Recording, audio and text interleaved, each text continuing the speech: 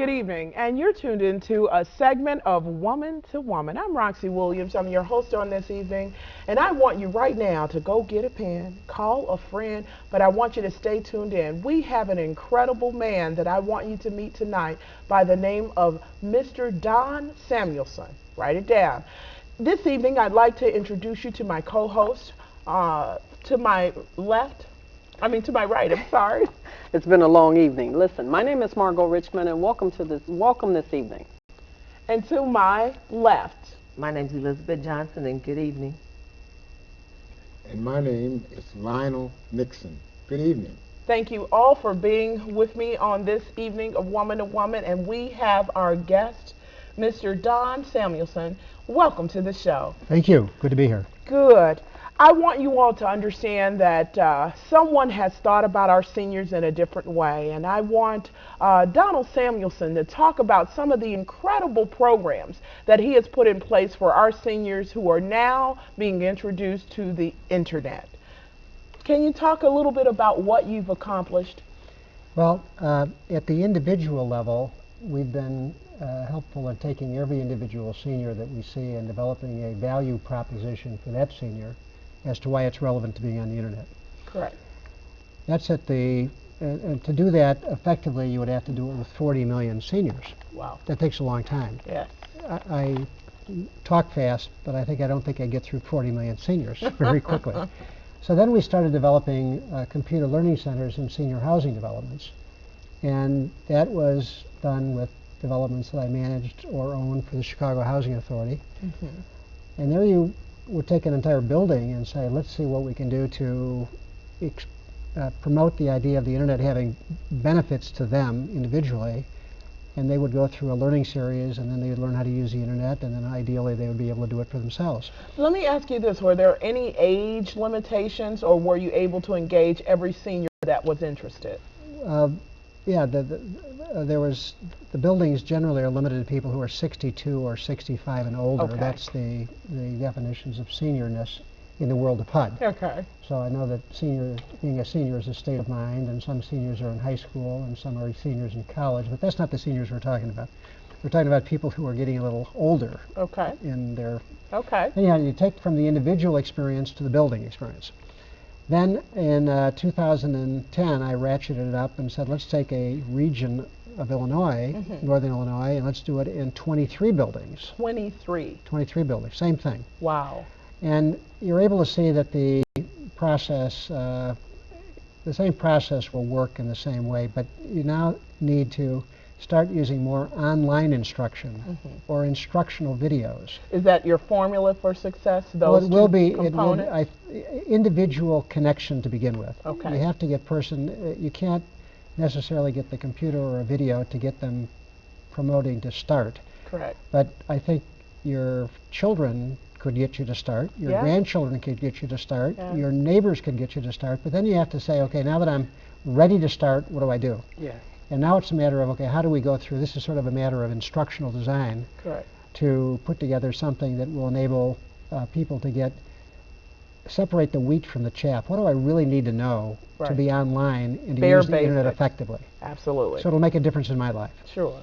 So that was the regional program. That was funded by BTOP. Now the next part of this, which we... Well, Could you explain what BTOP is? Well, BTOP is one of the Obama stimulus programs called the Broadband Technology Opportunity Program. Okay, and say it again for some of my listening audience. It's the Broadband Technology Opportunity Program. And so you were able to not only get the program, but implement it in the 23 buildings. In Northern Illinois, and that was in Rock Island and Moline and Rockford and DeKalb. You are incredible. And Henry County and Grundy County and Joliet and Kankakee and parts of Chicago. Oh, you make so light of that. That is big news. Well, and that's quite a distance. That's, yes. I mean, you know, you cover quite a bit of territory. It takes 3 hours to get to. You're right. I know that Moline and Rock Island. And then DeKalb is a lot closer than I thought it was. I learned that in the process. Oh, he's learning geography as he goes. But you know, one of the things that he mentioned that a part of the stimulus package, he was able to develop this through that stimulus package. Yeah, and it's not, and it's the thought is that this was not simply to help 3,000 residents in 23 buildings. Okay. learn how to use a computer. Okay. The idea is that each one of the buildings would be a hub for a neighborhood, Okay. community-based Oh wow. senior internet training program. Oh Okay, wow. great. That is Okay. that is the connection Yes. back to the greater Now community. now you can begin to Oh, see wow. a community saying, not only are we interested in our local high school football team, or we're interested in our local chamber of commerce, But- we're interested in growing and building and making our seniors all that they can be. Absolutely. Now, how does that work? Well, the libraries around the country, probably 70% of the library patrons are seniors Yes. They are. wanting to learn how to use a computer. Correct. Yes. Librarians don't have the time or haven't been trained to, in Teach fact, it. instruct that. Mm-hmm. So one of the things that happens is that 15% of the people who have gone through this training program that we found feel that they are comfortable in training other people. Okay. Well, they So can go it's trainers, Training, training. trainers, training, trainers. and then to go to the Trainers for outpost trainers. and work in the library and assist librarian. Oh wow. Then we have, the next thing is, what about providing assistance in the senior centers where Correct. they don't have computers? Okay. And they have, part of the Aging for America grant, I guess you don't have funding for that, but you have the ability of using the seniors who have been trained in the housing developments. Correct. The next thing is, what about the high school? What do they do? Well, high school kids can become volunteer tutors. Correct. More important, they can recruit contributions of computers, refurbish the computers, and send them back into the qualified individuals who are low income, either in families or seniors. Right. But even there, I mean, let's go back to the tutoring phase. I like it. I like it a lot because it allows a younger person finally to be able to teach an older person something that they did not know prior to that kid coming in. And you know how the Bible says, and then the children will lead. It Yeah. is a point of leading Yeah. us back to each other as well, that we can now form a communication because we have something in common. Yeah. I have something now that you need to know. Usually it's reversed for our young people. And it's pretty They're good. waiting. Yeah. Yeah, I think mean, it's also such an a- exciting thing because the Girl Scouts, the Boy Scouts, you know, they were trained, like, because I used to be a Girl Scout. They were trained. They were Ooh. trained in Brownies. They were trained to be able to help our seniors, to be able to go Right. back and do some things. It was a goal. I think that now is a great time for this to take place. Yes. One of the And what a great model right. for it to take Well, place one with. thing also, in one of the buildings we did in Chicago called Lincoln Perry, and Lincoln Perry I know that. is Step and Fetchit, and that's the 33rd in Indiana. And know that's that. a building that consists of about 400 units, all African Americans, all seniors. Okay. And when we did this program for them in 2000, the average senior there was 75 years of age. Wow. And then their parents, that means they were born in 1925. Their parents were born in 1900. Their grandparents were born in 1875. We then introduced something called My Life, which is a series of prompting questions to ask people to fill out forms about what their grandparents did, what they look like, what they da-da-da-da. Well, that building represented a oral history of post-Reconstruction slavery experiences. Oh my. So I learned there by just listening to them tell their stories Yes. the distinctions between, in the slave community, between being a field slave and being a cook slave or a cooking house slave, to being a Wow. house slave, to being a slave that was responsible for the raising of the children, like in Help. It was a Help the movie. Right. I saw that. So It was a- all of those things were just common knowledge to people. Now, if the people who would be helping seniors to write their retrospectives or their Correct. autobiography, their My Correct. Life, would now learn something about an experience that they had no knowledge of. Right, and herein is, you know, I have an 18-year-old that we used to challenge him in Black History Month, and, you know, we talk about the leaders that you know, but to have this experience where you can go into a building and in this kind of interaction have history that aren't written in books, and you are part of his story. You're able to help write maybe Mr. Samuelson's story because it's one that's not told. It's not like they're sitting on a computer typing their biography waiting for it to be edited and printed. And now you have a young person that might find interest in that, and the two again can work together. I just see the two Well, generations there's one thing here that's coming back. interesting. We have a woman, I think is sitting over here, named Kathy Raby. And Kathy Raby's Hi, Kathy. father was Al Raby. Now, if there could be a student, junior, senior at DuSable High School who would go to talk to Kathy about constructing her My Life Yes. with the discussion of Al Raby Yes. from her perspective. But Yes. she doesn't know everything about Al Raby, but Yes. she has a lot of other people who know things about him. Absolutely. You could put together the Al Raby story in a much more convincing, nuanced, careful way. Al Raby was never a particular propagandist or self-promoter, as I see it, but he was also the director of the Peace Corps in Ghana for a period of time. Yes. So that is a sort of a person that I think would be interesting to know of, and it would be interesting also to know how much time he had for his family, given all his other activities. Correct. I have two questions for you.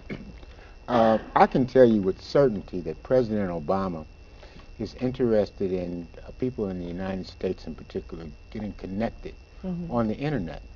And so my first question is, Don, what's next?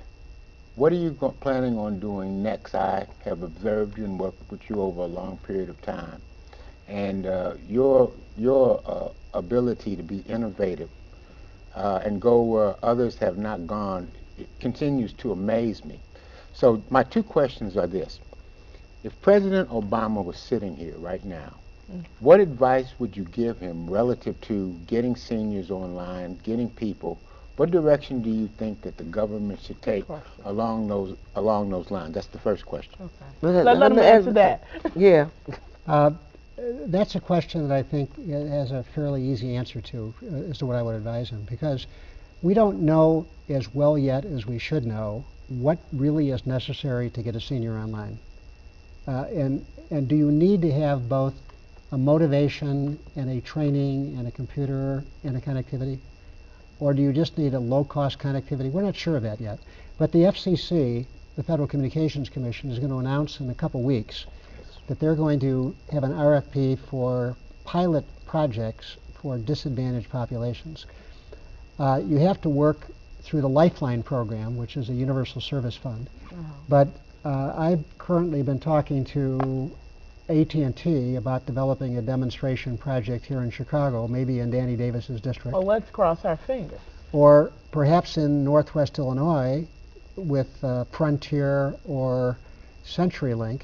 But I think that if we really do that properly and spend some time and money to make sure we know how people are starting, we know where they are to begin with, and where we want them to end up, which is simply to be capable of being online. And then the next thing is, how do you get them from where they are to where you would like them to be as cost effectively as possible? Now, one of the things that I think is going to happen is that there's a lot of discussion, I think maybe near action, on the conversion of the Universal Service Fund, which provides a lifeline subsidy for your landline in your home. Oh, wow. So your Not landline, many people keep if you, landlines these days. that's the problem. You're subsidizing something that doesn't exist. Right.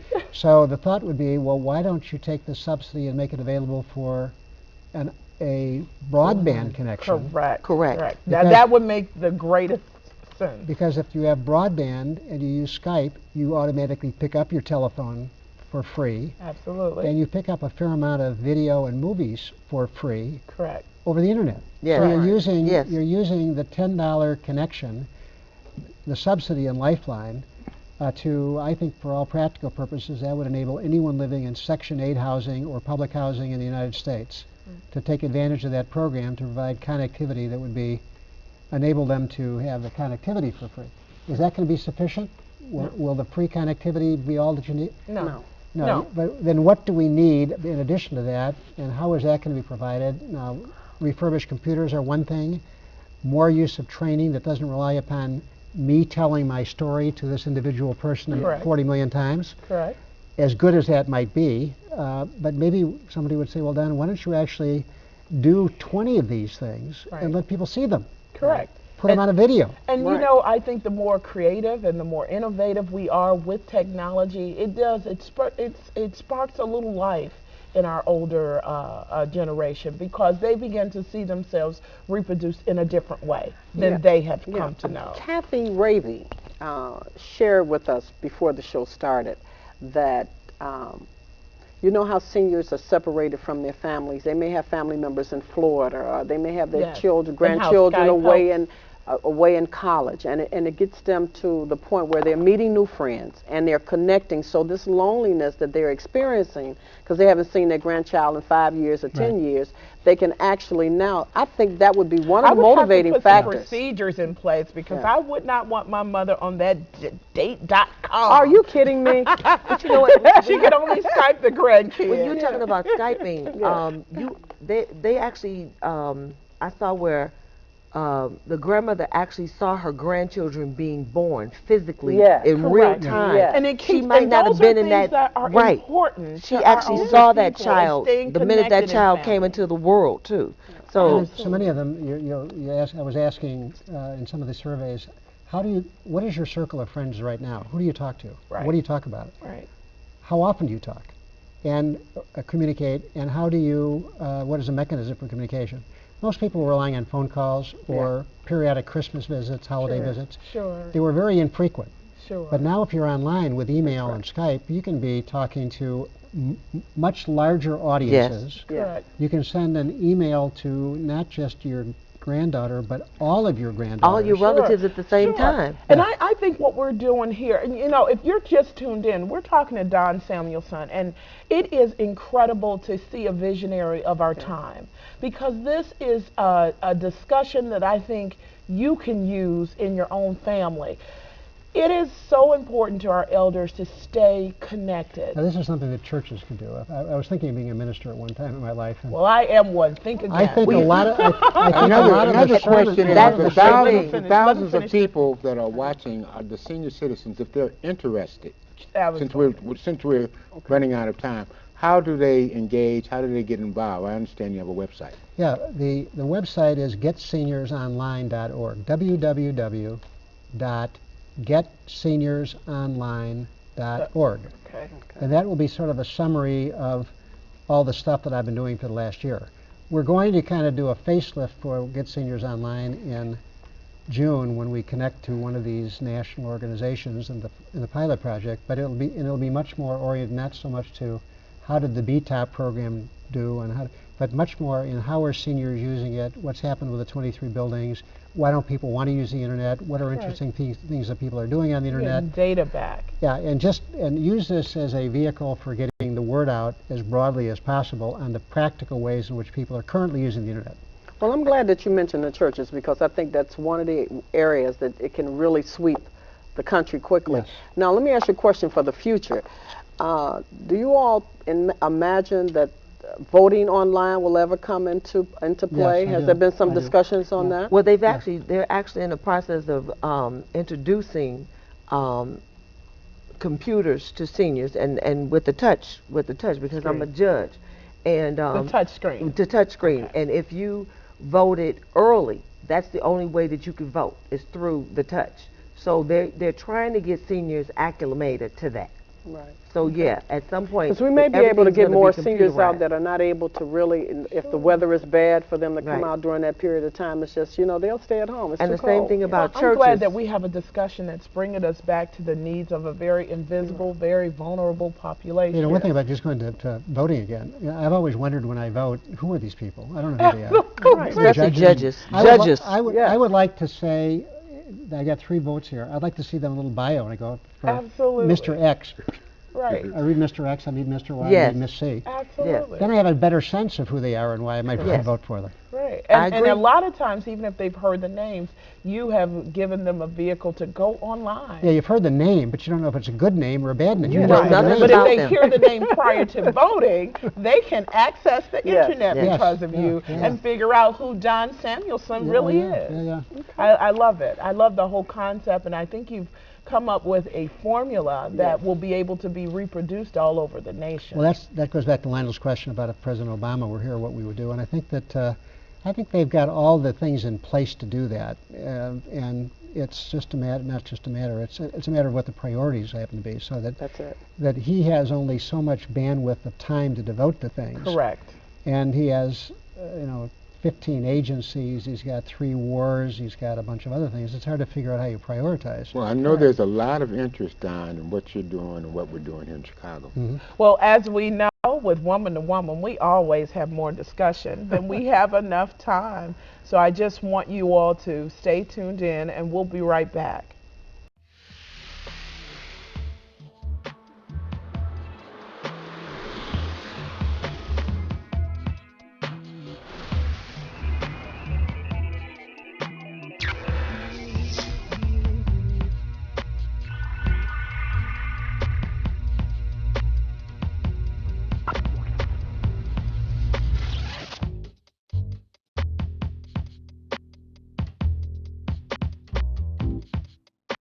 Hi, and welcome back. I'm Renee Prejean-Matanki, here again with Don Samuelson to wrap this up. It's made up of these elements. It's the value of human capital development. And if you take a senior who is 68 years of age, who has stopped working and is not self-sufficient, that person's going to consume a lot of government and societal resources to keep them occupied. On the other hand, if you can say to that 60-year-old person, what have you done with your life? What have you learned? Where have you worked? What are your children like?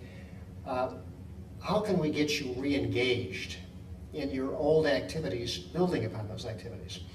Now, that's where you really begin to see some dividends, because seniors can, in the building we're in right now, we have seniors who are raising grandchildren.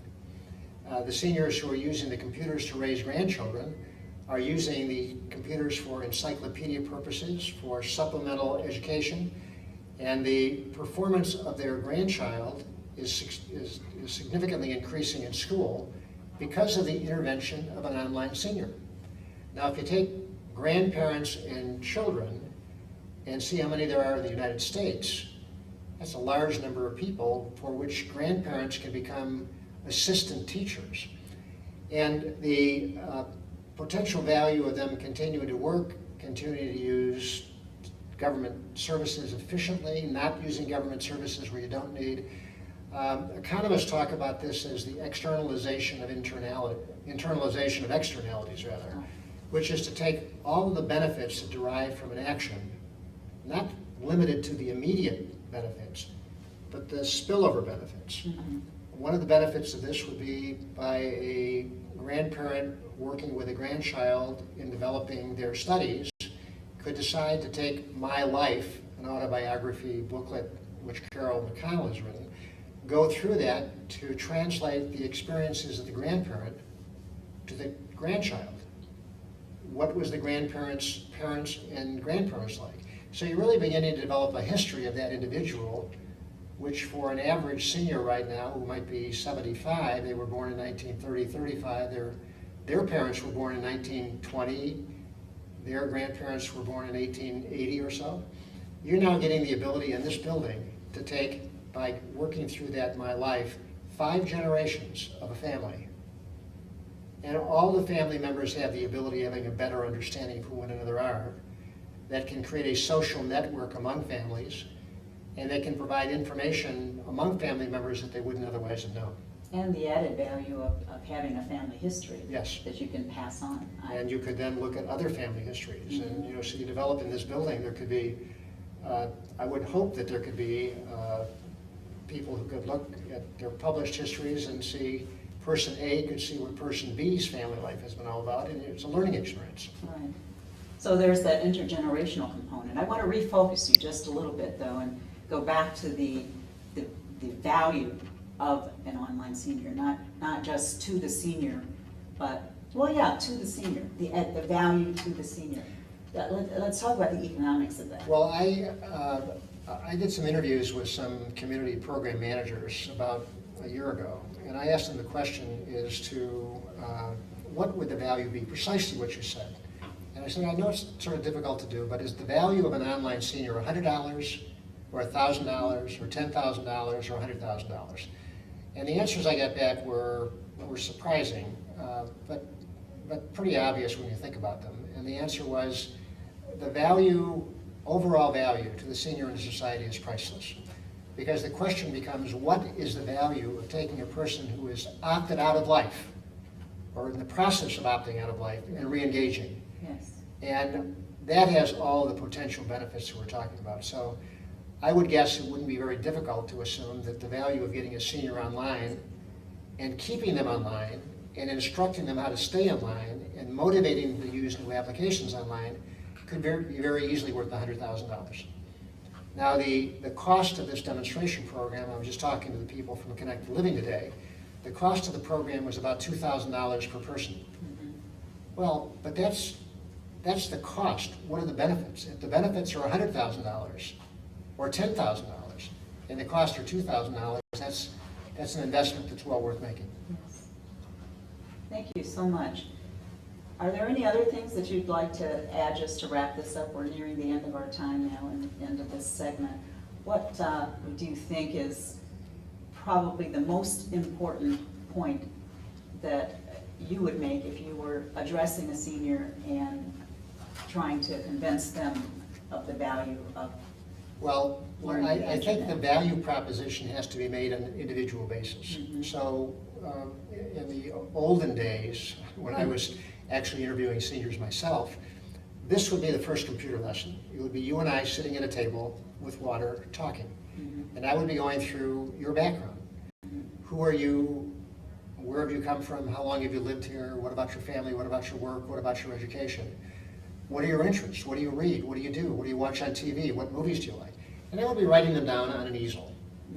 And at the end of an hour, I would ask whether or not there's anything else you want to add to your easel. And you would say yes or no. And I'd say, well, that's the end of our first computer lesson.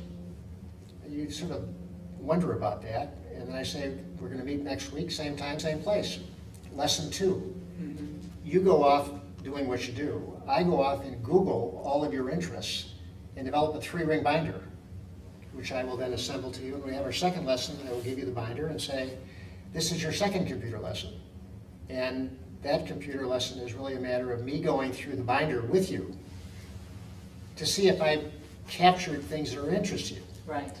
And usually at the end of that second session, I'll say, well, now we're done with our second computer lesson. And the person says, okay, I got to ask you this question. When do I actually see a computer? And I say, the next session you learn to use a computer. Because now you know what you want to do with the computer. You want to find out ways that you can do what I did. That's And perfect. other things. And that's why there's 40 million seniors who all have different interests. And you can't have a single, we can teach a single process of learning how to use email and search and turn on computers. But the individual applications and uses you make will be highly individual. Thank you. Thank you. You've been watching Omnibus Roundtable. We're wrapping up this very interesting discussion with Don Samuelson and your host, Renee Brejean-Matenki. Have a great evening. Hi, I'm Wanda Carter, And I'm Naima Latif. and we'd like to talk to you, woman to woman. Join us on Tuesdays at 8 p.m. and Wednesdays at 10:30 a.m. on ECTV, Channel 6 in Evanston, Illinois. Or join us worldwide at www.ectv.com.